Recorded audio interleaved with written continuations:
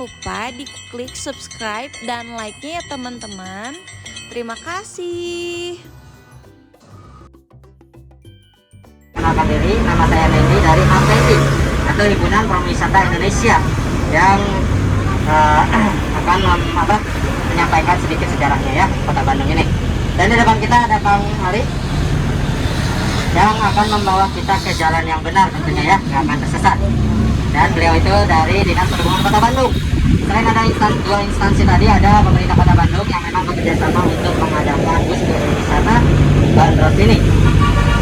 Baik, selama perjalanan kita diharapkan untuk tetap menjaga protokol kesehatan ya, seperti masker, hand sanitizer dan lain-lain. Silakan perhatikan. Yang mau selfie ataupun foto-foto persilakan, asal jangan melewati batas-batas besi yang ada di kanan kirinya. Dan tetap hidup di kandang-kandang kuda atau instal kuda, karena dulunya Bancai ini adalah sebuah perkampungan yang menyatu dengan instal kuda, sekaligus menjadi tempat pemberhentian atau tempat istirahat bagi delman-delman yang mengirimkan surat dari Batavia dan sampai ke seluruh Jawa. Pada zaman Belanda di sini pun dibangun sebuah penjara yang sekarang disisakan situsnya sebelah kanan kita. Ada situs penjara Bancai yang di sana ada Bung Karno yang sedang duduk. Ya, di sampingnya ada replika dari penjaranya yang besarnya tidak lebih dari peti mati, kata beliau sendiri ya, kata Bung Karno sendiri, karena saking sempitnya. Jadi terbayang di sebelah kanan kita sebelum menjadi ruko-ruko toko ya, ini dulunya adalah sebuah penjara yang ada 2 lantai dan dikelilingi oleh sebuah atau ada 4 menara pengawas yang sekarang disisakan 1 untuk menjadi bahan pembelajaran di sebelah kanan kita.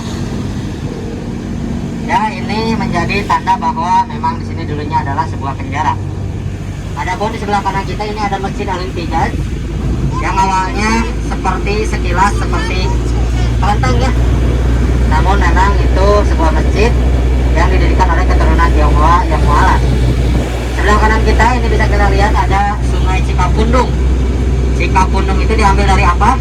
Bukan dari pundung ya, bukan bahasa Sunda yang artinya baperan, bukan. Tapi dari sebuah pohon kapundung namanya. Ya, masih ada dulu tuh di bantaran sungai tersebut.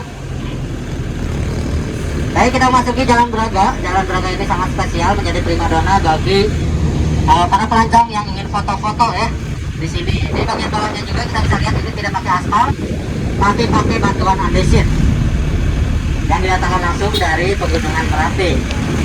Sekaligus kita bisa lihat banyak sekali lukisan-lukisan, dan sebelah kanan kita ada Kang Ramdan ya. Halo Kang Ramdan, yang menjual cepot atau ayam goreng ya, disebut juga bapaknya si cepot ya, dan kawan-kawan. Bangunan yang lebih terkenal juga ada sebelah kanan kita. Ini ada Gedung Gas Negara yang sekarang menjadi restoran gas blok dengan nuansa Eropa, jadi tempat favorit bagi yang foto-foto ya. Ini juga ada Teras Braga yang dikelola oleh Karang Taruna dari masyarakat Braga. Ya, bisa ngopi-ngopi juga di sana. Adapun yang dari zaman Belanda sebelah kanan kita ini ada Maison Boxerian yang sekarang disebut Braga Permai, namun tutup ya karena ada PPKM. Kalau tidak ada PPKM itu buka seperti biasanya hari biasa juga. Nah, Braga ini sendiri dalam salah satu sumber disebutkan bahwa berasal dari bahasa Sunda, yaitu Mabaraga atau Mumbaraga, karena nenek-nenek Belanda dulu yang memamerkan baju-baju yang baru dibelinya di toko-toko Belanda yang tersebar di Jalan Braga ini. Dari situlah Jalan Braga ya memang dinamai Braga. Oke, kita masuk ke Jalan Siniaraja. Di depan nanti kita bisa lihat ada sebuah jembatan yang di atas kepala kita bisa dilewati oleh kereta api yang dalam istilah bahasa Belanda itu disebut dengan viaduk dan pakai V. Namun karena orang Sunda ini lebih terkenal sekarang dengan viaduk pakai P ya. Via itu sendiri berasal dari bahasa Belanda, artinya dilewati, dan duk itu di atas kepala kita. Makanya dalam bahasa Sunda ada istilah tijeduk ya, atau terbentur kepalanya. Adapun sebelah kiri kita di sana ada kantor pusat dari PT Kereta Api yang ada kereta api hitam disebut dengan si Gomba atau yang berisik suaranya, karena waktu itu belum ada suara-suara lainnya selain kereta api. Baik, sebelah kiri itu ada Gedung Indonesia Menggugat yang dulunya adalah sebuah kantor pengadilan yang Bung Karno diadili di sana lalu membacakan pledoi atau pembelaannya yang nanti menjadi sebuah buku, yaitu buku Indonesia Menggugat. Hal tersebut sangat terkenal, bahkan merubah Ya, salah satunya jalan yang kita lewati tadi menjadi Jalan Perintis Kemerdekaan. Baik, lanjut sebelah kanan kita bisa lihat ini ada taman yang tertata rapi. Ya, di sana juga ada kebun binatang mini dan taman-taman lainnya seperti Taman Badak, ikan, juga ada Taman Merpati atau Taman Labirin. Disebut Taman Balai Kota karena rumah Wali Kota Bandung Bapak Raden M. Daniel ya berkantor di sini. Selain bagian selatannya, bagian utaranya pun di sana ada Taman Sejarah namanya ya. Adapun dilengkapi dengan museum, ada 2 museum, ada Bandung Planning Gallery, yaitu Bandung di masa depan akan mau seperti apa, dan ada Bandung Tempo Dulu, yaitu sejarah kota Bandung dari awal terbentuknya area Bandung ini sampai sekarang. Dan ini ada rumah dinas dari Pangdam Siliwangi yang dulunya dimiliki oleh juragan tanah sekaligus juragan perkebunan bernama Andreas de Wilde. Saking kayanya bahkan beliau mempunyai area balai kota tadi sebagai gudang pengepakan ya bagi kopi-kopi ataupun hasil perkebunannya. Nah, kalau sebelah kiri itu Tugu sister city dengan kota Braunschweig di Jerman. Oke, kita masuk ke jalan RRE Marta Dinata atau Laksamana Laut Raden Edi Marta Dinata, seorang menteri yang banyak mendapatkan penghargaan pada zamannya atau terkenal dengan Jalan Riau sekarang ya. Kalau sebelah kanan itu ada Jalan Purnawarman yang lebih dikenal dengan jalannya yang ada mall elektronik terbesar di kota Bandung ini. Bahkan itu tertua ya. Seperti mall yang ada sebelah kanan kita di Jalan Merdeka ini ada mall BIP, Bandung Indah Plaza. Itu mall tertua juga dan pertama di kota Bandung. Baik, kita di Jalan Dago ini atau disebut juga dengan Jalan Insinyur Haji Juanda. Ya, Dago itu image-nya sudah mewah ya. Seperti kita lihat sebelah kanan kita itu ada villa 3 warna. Selain ada 3 lantai, itu pun terinspirasi namanya dari bendera Belanda, yaitu merah putih biru. Didesain oleh Sir Aldor, yang arsitek pada saat itu yang pernah mengundi juga selama penjajahan Belanda di villa tersebut. Namun saat pendudukan Jepang, itu diambil alih menjadi kantor berita Jepang bernama Domei. Dan sehari setelah proklamasi kemerdekaan, itu direbut oleh tentara pelajar Indonesia yang ada di Bandung untuk merilaikan rekaman proklamasi Indonesia yang menggunakan bahasa Indonesia juga bahasa Inggris. Oleh karenanya sebelah kiri kita bisa lihat ada namanya Taman Radio untuk mengenang peristiwa tersebut. Nah, jika ada yang bertanya kenapa sih disebut Jalan Dago ya, Jalan Dago ini dulunya adalah sebuah hutan belantara yang menjadi jalan setapak bagi para pedagang yang ada di Jalan Dago atas untuk ke pasar yang ada di alun-alun. Ya, mereka harus melewati jalan ini namun tidak berani seorang diri. Kenapa? Karena mereka takut akan adanya hewan-hewan buas dan ada juga para perampok. Makanya mereka saling menunggu dulu di Dago atas ya. Saling menunggu mereka, dan kegiatan menunggu tersebut dalam bahasa Sunda disebut dengan siling ngadagoan, ngadago-dago ya. Bahkan jika ada yang ketinggalan, dagoan katanya ya. Dan situlah jalan yang terbentang dari Dago atas sampai ke Jalan Merdeka yang ada di itu disebut dengan Jalan Dago. Namun sekarang memang jalan nama resminya disebut Jalan Insinyur Haji Juanda. Oke, kita masuk ke Jalan Surapati. Nah, ini berhubungan juga dengan ada jembatan yang ada di atas kita. Jembatan ini menghubungkan antara Pasteur dengan Pasupati, dengan Surapati. Jadi disebut dengan Pasupati ya. Pasteur Surapati itu mempersingkat ya perjalanan yang orang-orang Jakarta ataupun yang keluar dari tol Pasteur menuju ke pusat kota Bandung, karena bisa turun di area Ciamplas ataupun langsung ke area Gasibu sini. Nah, berbicara mengenai Gasibu, apakah di sini ada yang tahu kepanjangan Gasibu itu apa? Gasibu, ganteng-ganteng supaya ibu-ibu katanya, benar kan? Ya. Jadi Gasibu itu disebut juga dengan Gabungan Sepak Bola Indonesia Bandung Utara. Ya, Gabungan Sepak Bola Indonesia Bandung Utara, karena dulu di sini adalah tempat sepak bolanya para karyawan dari gedung sate tersebut, orang-orang Belanda ataupun orang pribumi. Nah, sebelah kanan kita ya. Nah, kalau sebelah kiri ini adalah taman dari Monumen Perjuangan yang tadi pagi ini kelihatan masih banyak sampahnya karena tadi pagi banyak sekali pedagang ya yang biasanya berdagang di weekend. Ya, dari sini sampai ke menara ataupun Monumen Perjuangan. Nah, Kalau sebelah kanan itu menjadi awalnya tempat sepak bola, menjadi trek lari. Juga di tengahnya biasanya dijadikan tempat upacara bagi para pegawai gubernuran ya, yang ada di gedung sate. Saya berbicara sedikit mengenai gedung sate. Gedung sate memang dibangun pertama kali itu pada tahun 1920 sampai 1924. Jadi di tahun 2020 kemarin itu umurnya genap sudah 100 tahun. Ya, 1 abad. Namun sekarang memang ditutup ya karena ada PPKM. Nah, yang pertama kali dibangun yaitu bagian yang sekarang dipakai oleh gubernur, dan di bagian kanan kita ini dipakai oleh Telkom dan belakangnya dipakai oleh PT Pos Indonesia. Dari sini pun ada taman lansia yang dibuat sengaja menjadi saluran pembuangan air yang ada di gedung sate. Baik, selanjutnya di sebelah kanan kita itu ada shelter dari Bandros ya. Kita lihat ada yang pink. Itu kita lanjutkan. Sebelah kiri kita tadi di sebelahnya ada Museum Geologi yang umurnya dari 2020 kemarin sudah 1 abad juga. Ada ini gedung Dwi Warna yang sempat menjadi kantor sekretariat dari Konferensi Asia Afrika. Ada juga di sebelahnya gedung RRI, Radio Republik Indonesia.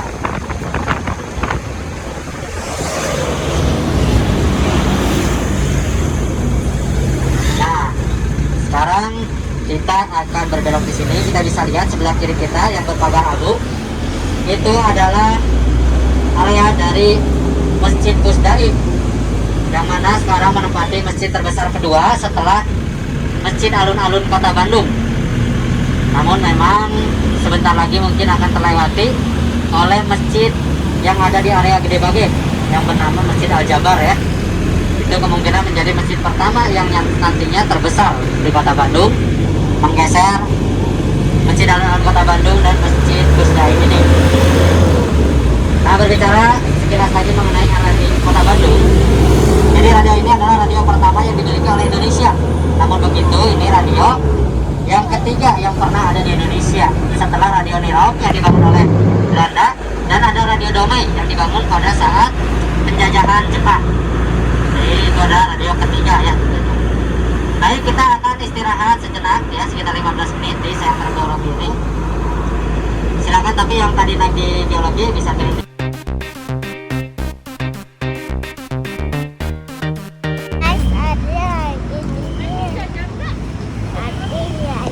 Ada mau kemana nih? Dinosaur. Hati-hati.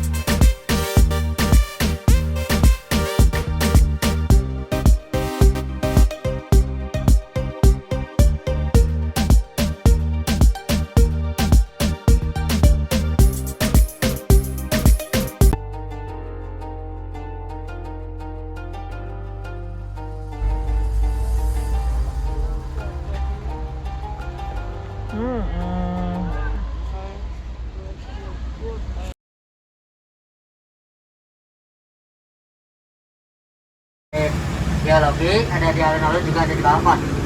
Namun karena pandemi di balkon sudah tidak ada, dan tersisa 2, awalnya di geologi dan di alun-alun. Namun setelah PPKM terjadi, jadi tinggal di alun-alun saja ya sekarang. Nah, Jalan Cisangkuy ini banyak sekali pedagang yang berawal dari ini ya, Yogurt Cisangkuy sebelah kiri kita. Ada juga Pasar Cisangkuy, Berkembang, dan lainnya ada pedagang kaki lima. Yang kalau di weekend memang ini banyak nih tenda-tenda yang dibuat secara instan ya untuk para pedagang kaki lima.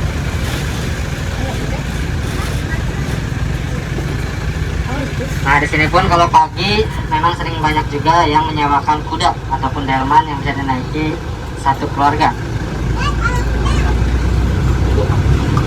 Nah, kalau sebelah kanan tadi dari Taman Lansia, ini ada taman ini sampai ke bawah, ada Taman Petspark, itu bisa jadi taman terpanjang ya di seluruh kota Bandung jika memang disambungkan. Jadi panjangnya ada sekitar 2 km.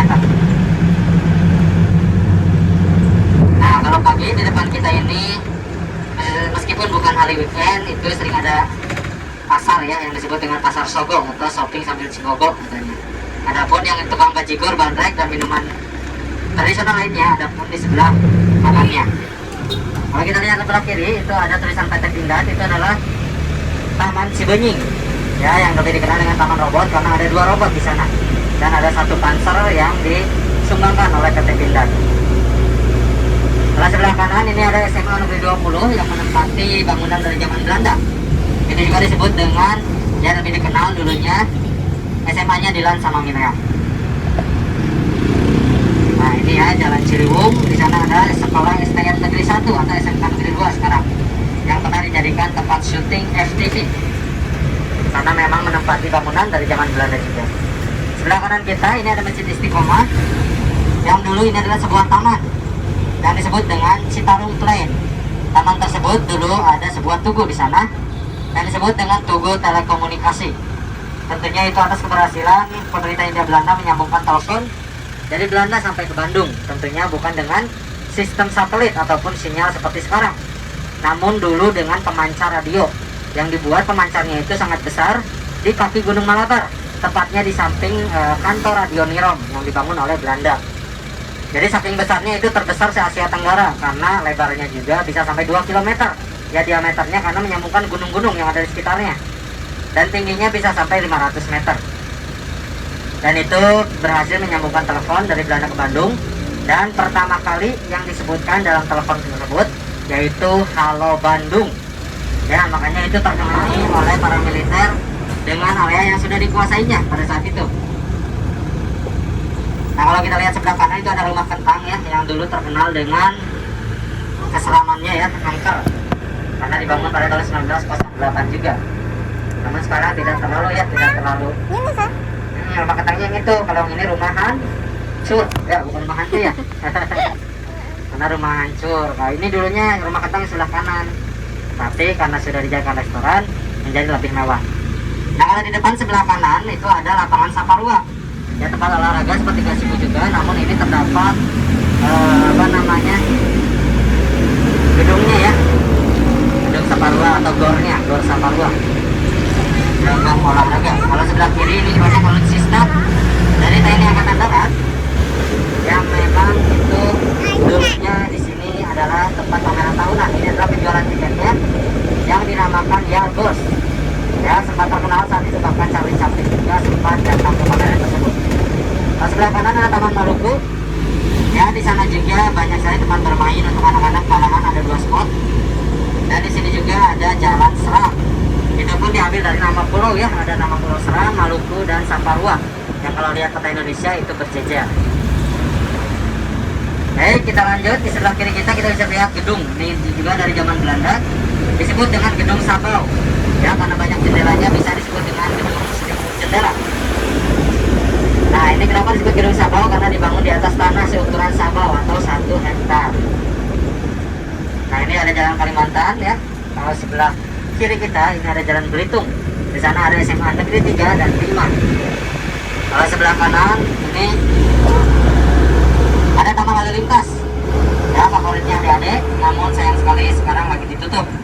Dan itu ada sumbangan dari TNI Angkatan Udara, yaitu kapal jet ya, yang nggak tahu itu lagi mau terbang ataupun mendarat, yang pasti itu lagi mager malas gerak. Oke, baik, kita selanjutnya ke Jalan Sumatera. Kita bisa fokus ke sebelah kiri kita ada Peskartika, bangunan dari zaman Belanda juga, dan ada bangunan SMP Negeri 2, ada tulisan ANO di sananya. ANO itu dari bahasa Belanda, dibangun pada tahun ataupun berdiri sejak, makanya ada tahunnya 1913. Ada juga ini SMP Negeri 5 yang sama-sama SMP tertua di Kota Bandung, yang mana itu ya bangunan SMP pertama yang ada di Kota Bandung. Wow, buat kereta.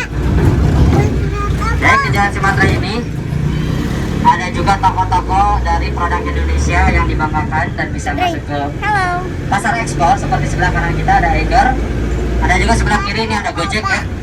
Startup kebanggaan Indonesia yang sudah merambah ke Asia Tenggara. Ini juga ada restoran Korea, Chung juga. Nah, di sini sebelah kanan awalnya ini adalah tempat karaoke ya, Diva Indonesia yaitu Rosa, orang Sumedang. Namun sekarang disewakan karena mungkin akibat pandemi ini sangat berpengaruh pada kelangsungan bisnis tersebut. Ini sama kayak AA. Nah, kita bisa lihat juga di depan di perempatan ini sebelah kiri itu ada sebuah puskesmas ya. Tahu kan? Itu di sana bangunannya juga bangunan dari zaman Belanda yang masih dilestarikan sampai sekarang. Sedangkan di seberang sana ada bangunan berwarna merah dan kuning, itu bukan kelenteng tapi itu adalah masjid, yaitu Masjid Lause kedua. Karena yang pertamanya itu ada di Jakarta di sekitaran Pasar Baru. Tadi itu Lause sendiri diambil dari bahasa Mandarin yang bisa diartikan yang dituakan ataupun buruk.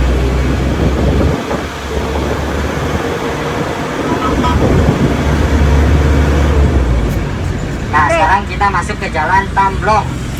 Jalan Tamblong ini diambil dari nama seorang pengusaha ya, yang bernama Babah Tamblong. Jadi bukan dari makanan gemblong yang sering kita makan. Nah, ini kita ada di perempatan Ariban, diambil dari nama seorang pengusaha juga berasal dari Jakarta bernama Bang Ivan. Namanya tersebut berasal dari bahasa Belanda yang artinya ayo kita ke rumah Bang Ivan. Ya, seperti dalam bahasa Sunda juga ada istilah nam. Ya, saat kita mau berangkat, nam, berangkat. Jadi juga mungkin ada pengaruh dari bahasa Belanda. Jika sebelah kanan kita ini ada Hotel Grand Priangan. Diambil dari kata priangan atau dalam bahasa Sanskerta disebut Parahyangan. Ya, julukan dari tanah Sunda ini karena dulu menjadi julukannya tempat berkumpulnya para dewa saking sejuknya ataupun rindang ya di area Bandung ini atau tanah Sunda ini. Nah, kenapa dari Parahyangan menjadi Priangan? Itu dikarenakan orang Belanda susah menyebutkan Priangan yang menjadi penyebutannya Prianger. Ini didesain terakhir atau direnovasi oleh seorang arsitek kawakan di kota Bandung yang menjadi guru besar ITB bernama Bob Sumaker. Dibantu oleh murid kesayangannya yang telah menjadi presiden Indonesia pertama, yaitu Bung Karno. Nah, bagian depannya ini bergaya arsitek geometrik art deco ya, seperti bentuk mesin yang ada di dulunya adalah revolusi industri. Baik, di depan sebelah kanan ini ada titik 0 km Bandung yang mana di sana ada 4 tugu. Ya, ada 4 orang yang satu-satunya ada yang tidak pakai penutup kepala, yang gondrong juga itu adalah Herman Willem Dendels, yaitu gubernur dari pemerintah Hindia Belanda pada saat itu yang membangun jalan Asia Afrika atau jalan terpanjang di Pulau Jawa ini ya. Namun dulunya disebut dengan The Great Postway atau Jalan Raya Pos yang terbentang dari Anyar sampai ke Panarukan. Yang awalnya direncanakan membelah bagian utaranya Pulau Jawa, namun karena ada kepentingan bisnis dan kendala teknis, itu dibelokkan ke kota Bandung. Oke, kita bisa lihat di sebelah kiri kita ini ada Hotel Savoy Command yang menjadi saksi bisu dari terselenggaranya kesuksesannya konferensi Asia Afrika. Karena ini memang menjadi tempat menginapnya para delegasi saat itu. Masih sebelah kiri ini ada bangunan Where Is the Freeze, yang mana ini adalah bangunan Toserba pada saat itu. Nah, kalau sebelah kanan kita kenal semua ya. Ini adalah Gedung Merdeka, venue utama dari terselenggaranya konferensi Asia Afrika.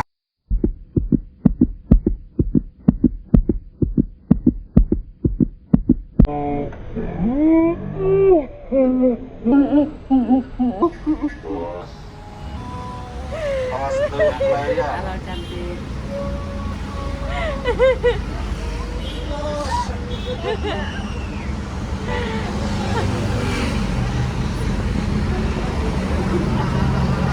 Silakan yang mau foto-foto masih bisa ya. Ya. Foto yuk.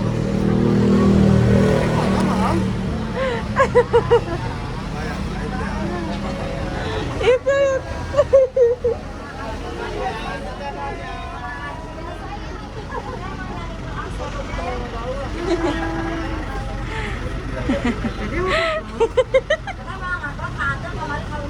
foto sini di sini foto.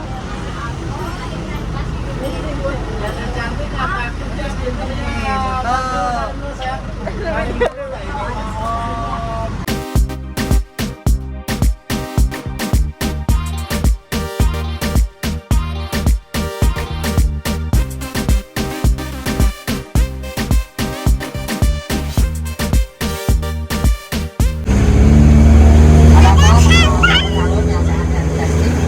Di sana alun-alun Bandung dituliskan dengan huruf yang besar-besar. Dan alun-alun Bandung ini pun memang dibangun pada zaman Belanda dengan satu gatra tunggal. Satu di sini melambangkan empat bangunan, yang tunggal di sini itu adalah lapangannya. Jadi bangunannya diberdiri oleh empat bangunan, ada penjara, masjid, pemerintahan, ada juga pasar. Baik, di depan kita ini ada jalan Otista. Kalau kita jalan ke sebelah kanan itu ada pasar baru. Nah, kenapa disebut pasar baru ya? Padahal dibangun dari zaman Belanda sampai sekarang. Itu dikarenakan ada pasar pertama yang telah dibangun di jalan Kepatihan disebut dengan Pasar Ciburiang yang nanti kita akan lewati. Dan desa ini kepanjangannya adalah Hotel Iskandar Dinata ya, yaitu pahlawan nasional yang berdarah Sunda. Nah, sempat dijuluki si Jalak Harupan yang menjadi nama sebuah stadion yang ada di Kabupaten Bandung ya, yaitu Soreang. Nah, kita sekarang masuk ke jalan Kepatihan. Disinilah dulu ada pasar pertama yang dibangun di kota Bandung, yaitu Pasar Ciburiang yang karena terbakar dulu saat peristiwa Munada. Adapun sebelah kiri ini ada mall termuda yang ada di kota Bandung bernama Dim ya, Mall Dim. Adapun yang sebelah kanan ini ada Jogja Kepatihan. Di sana pun ada Tunggu Bambu yang konon di sana tempat berkumpulnya para pejuang sebelum melaksanakan pembakaran bangunan-bangunan yang ada di sekitaran alun-alun ini sampai ke kabupaten. Nah, kita sekarang masuk ke jalan Dewi Sartika. Ya, sebelah kanan ada dulunya sekolah kaum wanita yang dibangun oleh Dewi Sartika. Karena perjuangannya mirip dengan ibu kita mati. Baik, kita akan kembali ke shelter alun-alun yang tadi naik di alun-alun. Silakan bisa turun di sini. Semoga bermanfaat apa yang tadi disampaikan. Mohon maaf, saya pakai driver tidak ya. Jika ada salah-salah kata maupun sikap kita yang kurang berkenan, sebelum turun dicek kembali barang-barangnya, dompetnya, ataupun barang belanjaannya. Jangan sampai ada yang ketinggalan. Wassalamualaikum warahmatullahi wabarakatuh. Silakan.